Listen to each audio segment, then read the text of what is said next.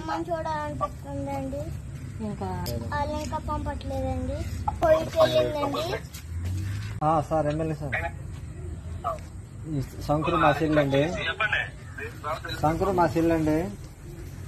సంవత్సరం క్రితం వెళ్ళి చాలా ఇబ్బంది పడుతుందండి.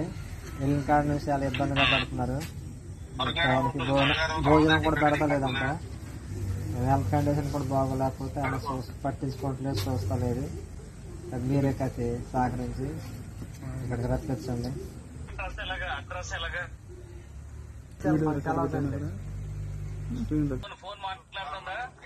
మాట్లాడుతుందండి.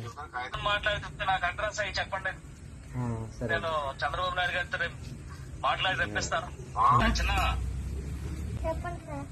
మాట్లాడతాను ఇప్పుడు. తెప్పిస్తా సరేనా?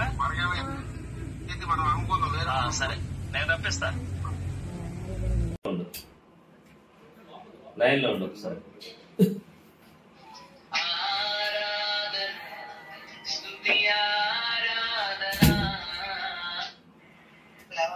హలో నేను ఎమ్మెల్యే పోలవరం అమ్మా. చెప్పండి సార్. ఏంటమ్మా అక్కడ ఇది ఇష్యూ జరిగింది కదా, ఏంటి ఆవిడ పంపిస్తున్నారా, ఏం చేస్తున్నారు?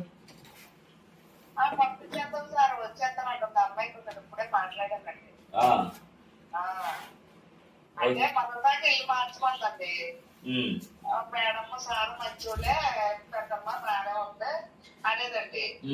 అంటే సరేలేమ్మా, మరి అయితే మేడం సార్ మంచోళ్ళే, ముగ్గురు మనిషి ఉంటే ఇల్లు చాలా మంచిది, నాకు ఒకదానికి ఎక్కువైపోతున్నారంటే అదిగో వస్తుంది ఇదిగో వస్తుంది అంటారు. అంటే పెద్దమ్మ రద్దలేదు అంటే నువ్వు శేఖరం అవ్వాలమ్మా, అందుకనే ఇంకొక ఏమంటారు రద్దలేదు అని మేడంతో చెప్తే మేడం అడిగినా ఇంకో మనిషి వస్తుందని చెప్పేదండి.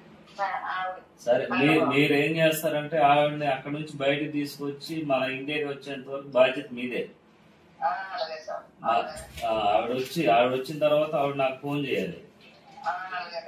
సరే ఓకే.